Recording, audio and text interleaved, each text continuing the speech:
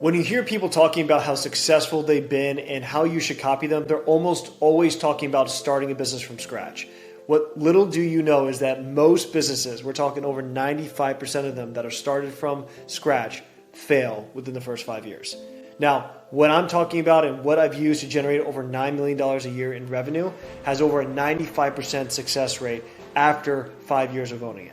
The complete opposite scenario than you trying to do a startup from scratch. This is the exact thing that I went from working a 9-to-5 W-2 job, corporate lifestyle, everything that you guys probably hate about the thing you're currently doing, and now living a life of where I own my time and me and my family get to do what we want when we want. So why do startups have a 95% failure rate over the first 5 years? Well, it comes down to three things.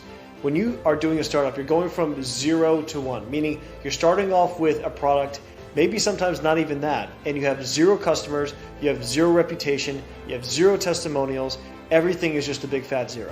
And so to go from 0 to actually having a customer, having a product, having testimonials, having actual profit takes a huge amount of effort in today's landscape. Another reason why this is so hard is because as a startup founder, you are doing everything on your own. Remember, at this point, unless you're raising money or using cash that you've saved up to burn, you don't have the revenue to go and hire other people to do this work for you. So you are trying to do your sales.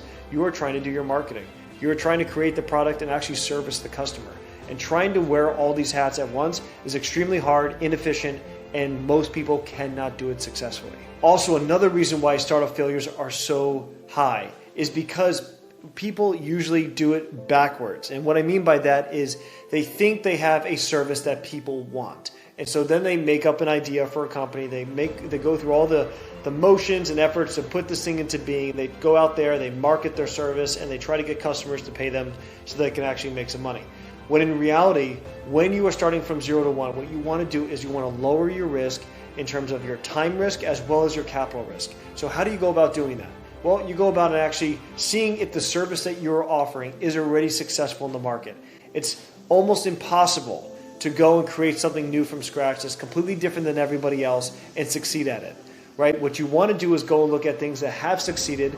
They are very easy to replicate, and you already have your game plan for how you're going to go about and make this a successful company. So try to copy what's out there that's already working instead of going out and trying to do your own thing from scratch. Also, one of the biggest reasons why startups fail is because people don't realize how long it actually takes to make money.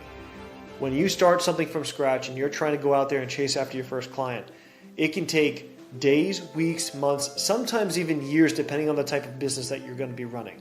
And people don't realize not getting your first client is not the winning of the battle. You need to go out there and consistently get clients in a way in which you're able to make consistent revenue so that you can actually take a paycheck home for yourself. And this process and this timeline is always harder and longer than most people realize. So now that we've gone through all the different reasons why doing a startup is very hard and has a very, very high failure rate, well, what is the opposite? What was the thing I was mentioning before when I introed this video? And that is business acquisition. I've been able to grow my portfolio of acquired businesses to over $9 million a year in annual revenue, and has enabled me to live a lifestyle with my family where we have time and financial freedom. So why is this better? Well, instead of going from 0 to 1 and trying to create from scratch a product, a service, customers, testimonials, and even brand recognition, you're already acquiring that from day one. So day one, when you step into ownership of that new business, it's already paying you a paycheck every 2 weeks, and you already have customers, you already have revenue, you already have reviews, you already have everything. You are picking a company that's already the part of the 5% that made it through the first 5 years. So this is the cream of the crop that we're going after. They've already shown that they are successful, they can stand the test of time, they're profitable, and we are now continuing that trajectory after our acquisition. Where we are right now in 2024 is we are right at the beginning of something called the Silver Tsunami. And the Silver Tsunami is the retiring of 75 million baby boomers over this next decade. Now, why is that important?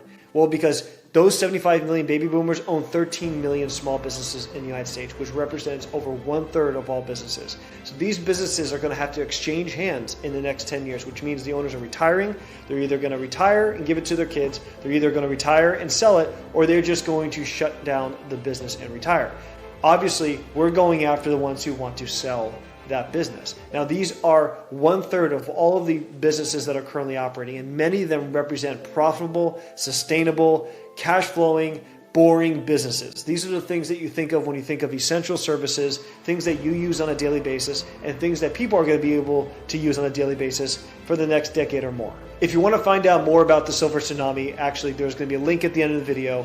Click on that and we'll go way more in detail so you can learn exactly how impactful it is going to be. One of the craziest things about acquisitions is that you do not need to be a millionaire. You don't even have to be someone who has a couple $100,000 laying around to do it. People get deals done all the time with little to zero out of their own pocket. Part of this is leveraging something called the SBA 7A loan, which is funded by the government and backs banks to make these highly leveraged loans to people like you and me to go and acquire these businesses. And using that and pairing it with seller financing and investor cash, you're able to do these deals many times with nothing out of your own pocket. So my story is not what you think about when you think about a typical M&A career.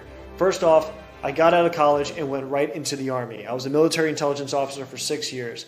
After I got out, I got my MBA and I went to go work for JP Morgan in their private bank. Now, in the private bank, our job is to manage other wealthy people's money. And it was there that I saw that most of the clients that I had gained their wealth through business ownership. And the ones that were growing their net worth by leaps and bounds every single year were ones that were acquiring other businesses. So this kind of planted the seed in my head, and I went out, I read Buy Then Build by Walker Deibel. I went through all the available information that I could find online, the Harvard Business Review, everything that was available to me at the time. And then I took 18 months of making mistake after mistake after mistake to get my first acquisition done. Now, 7 acquisitions later, I can tell you that process, I've honed it to the point where I know exactly what type of businesses and how to operate them post-closing so that I can build a cash flowing portfolio. One of the biggest reasons why people think they can't go down the lane of business acquisition is that they don't have the right experience or they don't have enough capital. When it comes to experience, the 7 different acquisitions I've had have been in 7 different industries. I don't have direct industry experience in any of them, and you don't need to. What you need is experience when it comes to managing people, as well as sales and marketing. Any one of those 3, if you have any form of experience, you're able to leverage that and acquire a business that's already running, already successful, already has a team, and you are now putting the missing ingredient into it to where it's able to grow at a predictable rate. Another reason why more people don't do this is because they're just ignorant about the options that are available to do this particular type of strategy. The SBA 7A loan is not a super popular loan. It is built for people that are not multi-millionaires. This is for normal people that want to go out and become an entrepreneur and go the route of business ownership so that they can build this type of generational wealth. So what are some of the first steps that you should take if you want to learn more about acquiring your first business? Well, the first thing is actually go and look at some of the videos I put out there that talk about this exact topic. It probably will be beneficial to just go through those real quick. But on top of that, you should be going out and reading books on the topic from Walker Deibel. You have Buy Then Build, as well as the Harvard Business Review, that have really great information on how to get involved into doing your first acquisition. Another thing you can do is, once you have an understanding of how to go about acquiring your business, is going and finding a mentor to guide you along the way. Now, is it possible that you can go and watch YouTube videos and read a book and figure out how to do it? Yes, but you're going to make more mistakes. It's going to take you much longer, and you're probably going to waste a bunch of money in the process to getting your first deal done. So finding someone who can be able to walk you through that process would be beneficial to not only save you the amount of time and energy, but also your hard-earned money. So if you're interested in learning more about acquiring your first business, make sure you subscribe to the channel, hit the notification bell so you'll find out when more videos come out where I talk about in depth how to go about doing this and building a cash flowing portfolio to build generational wealth.